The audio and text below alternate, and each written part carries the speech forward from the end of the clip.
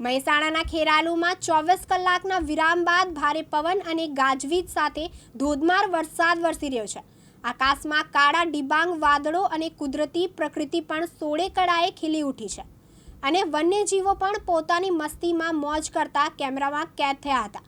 ત્યારે આજે મહોરમનો પર્વ હોવાથી મહોરમના પર્વનું આયોજન કરનારા પણ મૂંઝવણમાં મુકાયા હતા।